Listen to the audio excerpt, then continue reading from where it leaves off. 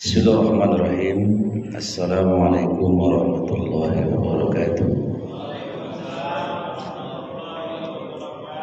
Hamdan katsiran thayyiban mubarakan fihi wa sallim ala nabiyyina Muhammadin wa ala alihi wa sahbihi ajmain amma ba'd. Qala rabbi shrah li sadri wa yassir li amri wahlul 'uqdatam min lisani yafqahu qawli. Qala aidan fi ayatil ukhra wa 'allama al-insana ma lam ya'lam. Ibu bapak jamaah salat maghrib yang Allah muliakan,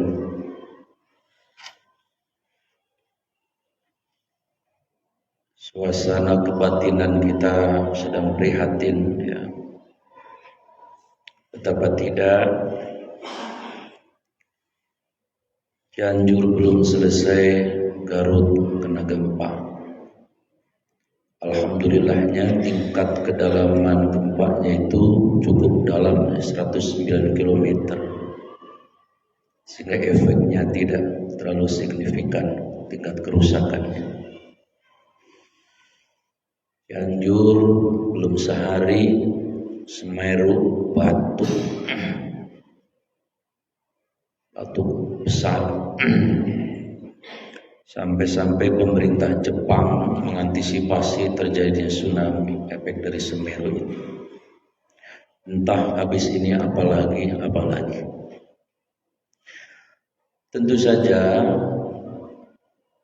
selalu kita menggunakan dua perspektif, perspektif rasional ya, karena memang kita ini ditakdirkan oleh Allah hidup di negara yang subur luar biasa.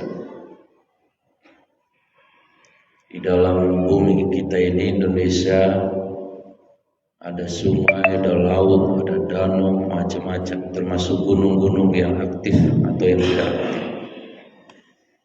Sementara bumi ini terdiri dari lapisan lempeng-lempeng ya.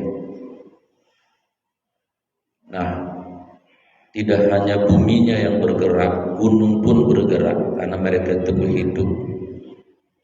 Dalam riwayat yang sahih dari Imam Tirmizi kan menyebutkan dulu ketika Allah menciptakan bumi ini kan bergoyang, ya, bergetar, tidak stabil. Allah ciptakan gunung sebagai pasak-pasak. Ketika ditancap-tancapin oleh malaikat, maka gunung itu kemudian menjadi stabil. Jadi fakta rasionalnya adalah ada dua ya hal bumi kita ini. Pertama, karena kesuburannya luar biasa, tapi juga sisi yang lain adalah harus siap dengan, atau kita harus punya sense of mitigation ya, harus siap dengan efek dari alam yang subur ini, yaitu bencana-bencana itu. Itu perspektif rasionalnya. Wajar negara kita negara yang terdiri dari tadi lapisan-lapisan gunung, bumi dan sebagainya. Tapi juga ada perspektif spiritual. Kalau perspektif spiritual, saya membaca satu hadis yang diriwayatkan oleh Imam Muslim ya. Jadi dalam satu keadaan ketika banyak manusia mendustakan ayat-ayat Allah. Mendustakan ayat Allah berarti ada dua ayat. Ada ayat Qur'aniyah dan ayat kauniyah. Mungkin salah satunya atau mungkin dua-duanya didustakan.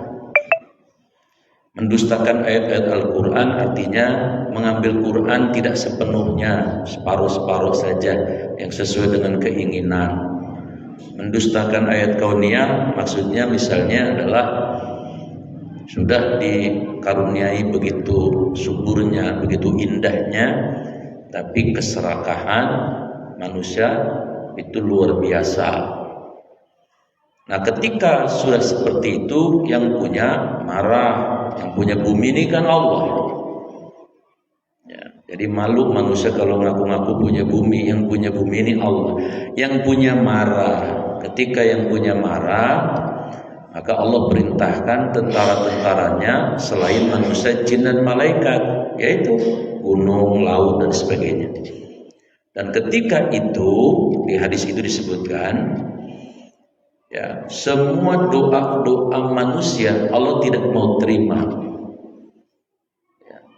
Dan ketika Allah sudah kemudian menimpakan bencana, semua kena, yang bangor kena, yang soleh kena, yang gak bisa baca Quran kena, yang hafal 30 juz kena, yang bader kena, yang soleh kena. Nah ditanya, ya Rasul, kenapa penyebabnya?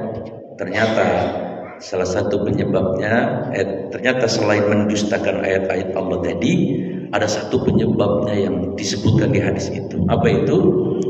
Ketika mereka menzolimi orang-orang yang melaksanakan amar ma'ruf nahi mungkar. Itu faktor signifikan. Mudah-mudahan setelah bencana-bencana ini ada kontemplasi, ya, ada perenungan, ada apa ini. Karena tidak ada yang kebetulan, ma'asaba min musibatin illa biiznillah. Tidak ada yang namanya musibah itu gunung meletus sendiri, itu enggak ada. Kecuali orang tidak beriman. Kalau orang beriman itu yakin. Jangan kata gunung, amatasbutu min waraqatin illa ya'lama, daun jatuh itu juga itu atas izin Allah, apalagi gunung dan sebagainya.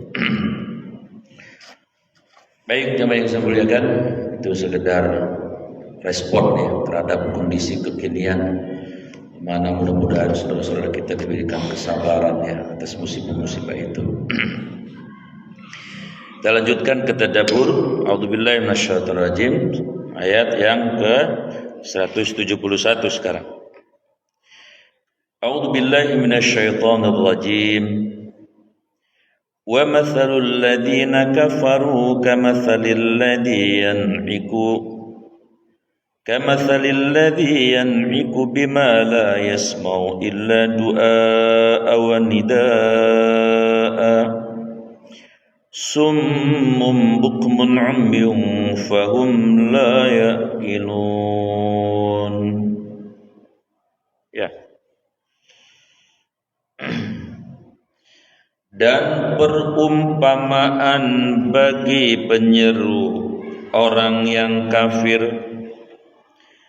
adalah seperti pengembala yang meneriaki yang digembalakannya, yang tidak mendengar selain panggilan dan teriakan mereka itu. Mereka itu bisu dan tuli. Sini bahasanya nggak dengar ya. Maka mereka tidak mengerti. Masya Allah. Ini Allah sendiri ya yang memperumpamakan gitu. Ayat ini terkait dengan ayat sebelumnya, itu asbabun nuzul yang ayat sebelumnya, riwayat dari Ibnu Abbas radhiyallahu anhu, itu ketika Nabi menyeru kepada orang-orang Yahudi untuk apa? Untuk meninggalkan keyakinan mereka agar mereka bisa menjadi Muslim. Jawaban mereka apa? Kami ikut bapak-bapak kami, moyang-moyang kami, nggak mau ikut kamu wahai Muhammad, kira-kira begitu. Maka di ayat ini sekarang ini diperumpamakan, kalau mengajak orang kafir itu ya siapa saja yang tidak mau bersahadat atau bersahadatain, tidak mau bersaksi asyhadu an la ilaha illallah wa asyhadu anna muhammadar rasulullah, tidak mau melaksanakan rukun Islam, tidak mau melaksanakan rukun iman, itu namanya orang kafir. Khususnya orang Yahudi yang diseru Nabi, umumnya semua orang kafir sampai zaman sekarang ini.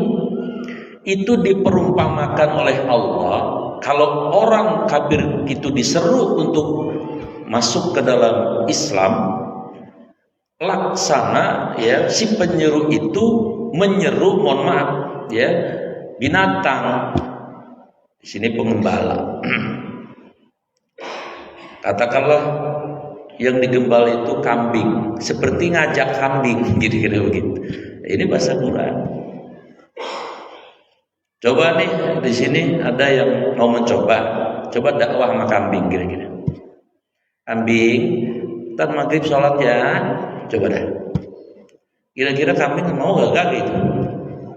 Itu yang salah bukan kambingnya kalau orang ngajakin kambing, blow on orangnya. Dalam kambing disuruh sholat. Kambing beriman ya gak bisa. Ya. Kecuali satu yang dipahami kambing, yaitu bahasa teriakan si pengembala untuk makan. Nah itu mereka paham, naluri instingnya. Tapi kalau diajarkan rukun Islam, rukun iman, mereka buta, tuli. Kalau orang kafir, kalau kambing kalau orang kafir, kalau kambing itu buta, maksudnya buta. Kalau orang kafir maksudnya buta mata hati, ya. Kemudian tidak mendengar pendengarannya, mendengarkan kebenaran. Jadi diperumpamakan seperti hewan. Kira-kira gitu. Karena mereka menutup. Kafaro itu maknanya menutup. Ya. Malah kita di-kick balik sama mereka kan. Kalau kita ngajak masuk Islam dah itu. Nah, mereka justru akan mengatakan jangan ngajak-ngajak kita dah. Emang kenapa bang? Ente kan justru adalah domba-domba tersesat. Ya. Kalau digituin kita entah gitu. Jadi udah tertutup orang-orang kafir itu. Tapi kecuali ada pengecualian orang-orang yang mendapatkan hidayah. Ini maksudnya ini ayat ini. Ayat kedua 172-nya. Ya ayyuhalladzina amanu kulu min tayyibati ma razaqnakum washkuru lillahi in kuntum iyyahu ta'budun. Kenapa di atas ngomongin orang kafir kok di bawah ngomongin makanan? Seperti tidak ada korelasinya, tidak ada hubungannya. Sebetulnya ada hubungannya. Apa maksudnya hubungannya ini? Allah menyuruh kita mesti berbeda dengan gaya hidup orang-orang kafir. Pertama, Allah menyuruh kita orang-orang yang beriman untuk makan yang thayyibat. Satu, thayyibat. Thayyibat maknanya adalah baik, bergizi, bernutrisi, bervitamin. Nah, kemudian di ayat-ayat lain dilengkapi dengan halalan thayyiban, yang halal. Lalu dikaitkan dengan ma razaqna. Nah, di sini naknya siapa? Allah. Jadi kalau kita orang beriman makan itu tidak sekedar makan, itu beda dengan orang kafir. Apa maksudnya? Makan matanya melihat makanan minuman kayak gini misalnya. Minuman saya lihat, tapi tidak sebatas melihat minuman saya, tapi saya ingat Allah. Bukan enak manis. Tidak sekedar berhenti di manis, tapi siapa yang menciptakan manis? Itu bedanya kita dengan orang kafir. Lah kalau orang kafir makannya semakan-makannya baik. Ente makan cimol, jangan berhenti pada cimolnya itu. Tapi apa itu cimol? Dari mana itu cimol? Awalnya bagaimana itu cimol? Ujung-ujungnya tanaman bahan baku cimol ditanam di bumi. Bumi punya Allah. Kalau begitu cimol sebetulnya yang bikin Allah juga. Itu maksudnya bedanya dengan orang kafir. Ini ayat dikaitkan dengan makan. Jadi tidak sekedar makan, tapi ingat yang ngasih rezeki. Kemudian jemaah yang saya muliakan, lalu di ayat ini untuk membedakan kita dengan orang kafir dalam urusan makan minum, Allah menyuruh apa? Washkuru Beda ya. Kita disuruh bersyukur kepada siapa? Lillah. Lillah. Di sini disebutkan lillah. Jadi orang kafir mah kalau makan ya tidak mungkin ingat Allah. Tuhan mereka punya sendiri-sendiri. Lah kalau kita kalau makan dan minum ya ingat sama yang memberi rezeki tadi yaitu Allah Subhanahu wa taala. Makan apapun sebetulnya harusnya ingatnya kepada Allah. Kan bakso jangan lihat baksonya doang. Ini bakso dari mana? Daging sapi. Sapi dari mana? Ya dari emaknya sapi. Emaknya sapi dari mana? Ya dari engkongnya sapi. Terus ujung-ujungnya ya siapa yang menciptakan sapi pertama? Begitu, Allah kembali. Jadi ada syukurnya. Dan memang mohon maaf Pak, makan kalau bersyukur sama kagak bersyukur beda. Coba kalau makan bersyukur, ini kita lagi makan nih, ntar pulang ke rumah pada makan. Tadi betul, jujur saya ada di rumah tadi banyak makanan Pak. Iya bener banyak dah. Kalau Bapak mau ke rumah saya, ada empek-empek, dikasih puro, apalagi pokoknya banyak dah. Ya sambil mikir ya Allah, ini bagaimana yang di Semeru ya puro-puro mikir makan empek-empek kali sambil bersyukur begitu. Ingat yang di Cianjur ya Allah, ada syukurnya di sana. Kan yang disebut bersyukur itu apa? Bersyukur itu maknanya adalah diantaranya yukon simuli ghairihi. Kalau bisa berbagi dengan yang lain. Yang kedua, bersyukur itu maknanya apa? Bersyukur itu maknanya adalah ayat ta'qida inna likulli syai'in lillah. Meyakini betul bahwa semuanya itu punya Allah. Ya air tehmu kelihatannya teh, tapi teh ini juga punya Allah juga sebetulnya. Semuanya kembali kepada Allah. Itu bersyukur. Makan dengan bersyukur begitu biasanya berbeda. Nuansa spiritualnya beda. Nah, kemudian yang membedakan apa lagi? Selain tadi disuruh bersyukur, kita harus beda dengan orang kafir dalam urusan makanan minum. Apa itu? In kuntum iyyahu ta'budun. Makan minum kita tidak ansih sekedar makan minum kita, tapi punya tujuan dua. Pertama, ibadah. Makan itu ibadah. Yang kedua, untuk bekal ibadah. Makan minum maksudnya begitu, beda dengan orang kafir. Ustaz, emang makan ibadah bagaimana rumusnya? Loh, ibadah kan definisinya luas. Kullu setiap apa saja yardahu diridhoi Allah, yuhibbuhu disukai Allah, minal aqwal baik berupa ucapan, wal af'al perbuatan, az-zahirati yang terlihat, wal batinati yang tersembunyi, li ibtigha'a wajh Allah. Yang penting tujuan niatnya karena Allah. Makan minum itu ibadah. Yang kedua, tujuan kita makan dan minum tidak sekedar untuk mengenyangkan, tapi untuk supaya kita bisa ibadah, baik vertikal kepada Allah maupun horizontal kepada manusia. Nah ini ayat yang 71 ke 72 kelihatannya nggak ada hubungannya. Ada hubungannya. Maksudnya Allah mengajarkan lah kita beda dengan orang kafir urusan makan minum gitu maksudnya. Apalagi urusan yang lain. 173-nya terakhir. Innama harrama alaikumul maitata waddama wa lahmal khinziri wa ma uhilla bihi li ghairillah faman ittara ghaira baghi wa la'adin fala ithma alaihi innallaha ghafurur rahim. Luar biasa nih. Sesungguhnya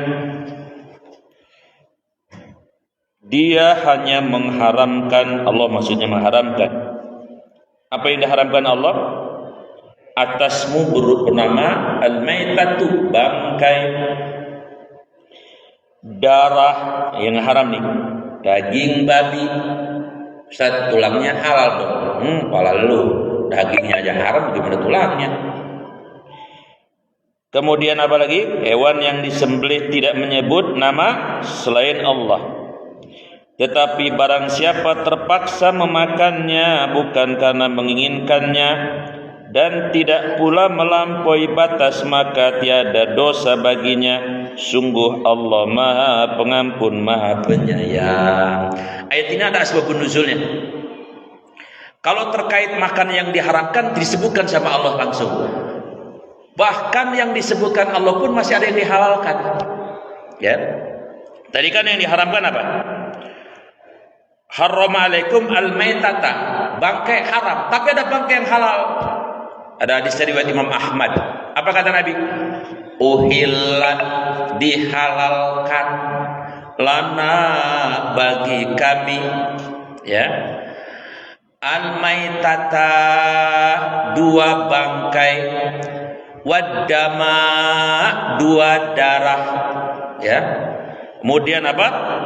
Wattihal, limpa, wal kabid, jantung. Yang halal dua, maitata apa? Apa Pak? Yang halal dua? Yang bisa boleh ngopi duluan? Apa? Bangkai al-jaradu wassamaku. Al-jarad itu belalang, wassama ikan. Bangkainya halal.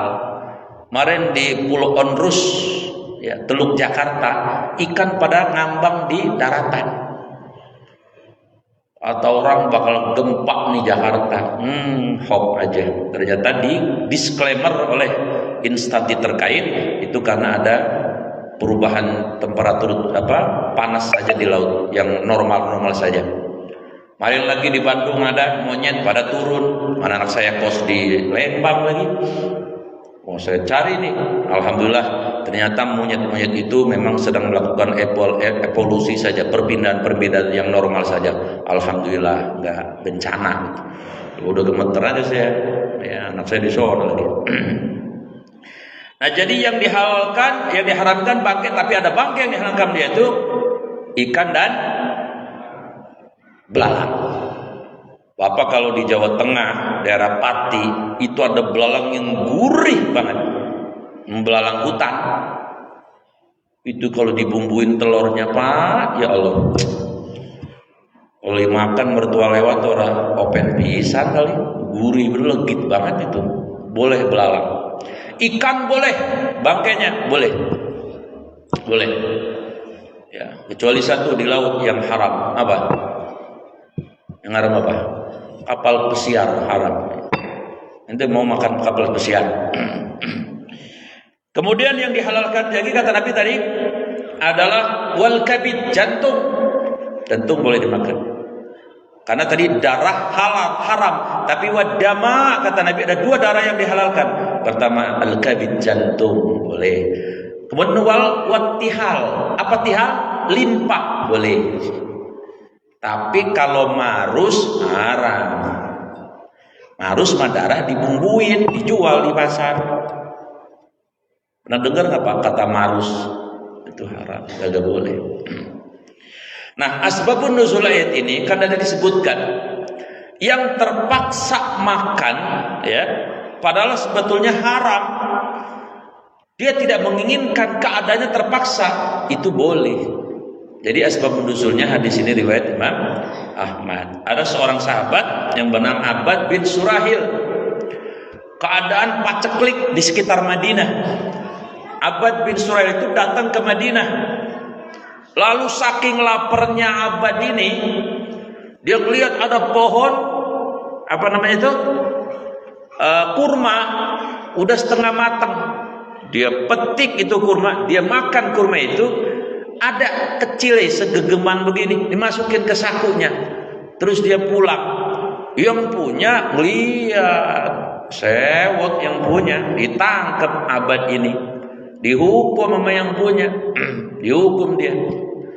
Dikeplak-keplakin. Lalu karena udah di Madinah, Abbad lapor sama Nabi. Begitu lapor sama Nabi, yang punya dipanggil orang Madinah. Kata Nabi, "Bang, kenapa sih pakai dihukum segala ini Abbad? Kesian dia lagi paceklik, lagi nggak ada makanan di rumahnya, dia lapar. Mestinya tanya dulu kenapa ngambil kurma. Kalau memang lapar, nggak apa-apa." Akhirnya si pemilik kurmanya malah ngasih kurma ke Abbad setelah dikasih penjelasan oleh Nabi. Sayyidina Umar juga pernah waktu jadi khalifah ada orang nyolong bahan makanan. Tapi begitu diinterogasi sama Sayyidina Umar, kenapa kamu nyolong? Lapar khalifah. Begitu lapar, bukannya dihukum, malah dikasih tuh gandum makan dan sebagainya. Ya ini artinya bahwa makanan itu dalam keadaan normal haram. Tapi kalau lapar betul, itu boleh makan semakan-makannya. Tapi tidak boleh berlebihan, maksudnya ya makan di situ saja yang seperlunya. Ya nanti urusan untuk konfirmasi kepada pemilik, urusan nanti, makan dulu. Kalau memang laparnya sudah lapar yang cukup signifikan. Kira-kira seperti itu. Nah, jadi 3 ayat ini menegaskan yang pertama tadi adalah persoalan mendakwai orang yang udah kafaro yukafiru, yang sudah ketutup ya, itu maaf seperti dakwah kepada kambing atau ayam ya, udah ketutup, udah buta, udah tulis susah, malah jangan-jangan kitanya yang dianggap sesat dan salah jalan. Nah yang kedua, ayat yang keduanya adalah membedakan antara orang beriman dengan orang kafir dari cara makan dan minum. 3 aspek yang tadi disebutkan di ayat ini adalah yang pertama, orang beriman itu makannya yang baik-baik ya, kemudian halal. Yang kedua, makan sambil ingat yang ngasih rezeki. Yang ketiga, makan niatnya untuk bekal ibadah. Orang kafir tidak ada hubungannya tuh, makan-makan aja. Nah yang ketiga, ada klasifikasi makanan yang haram, tapi juga ada lebih banyak yang halal. Bahkan yang haram pun dalam kondisi tertentu secara fikih itu boleh dimakan, tapi tidak boleh dibawa pulang atau berlebihan makannya, sekedar untuk supaya tidak sampai wafat ya, tingkat kelaparannya tadi. Itu dibenarkan di dalam Islam. Ngomong-ngomong juga, bentar lagi Bapak Ibu silakan makan di belakang ya. Saya selesaikan saja. Assalamualaikum warahmatullahi wabarakatuh.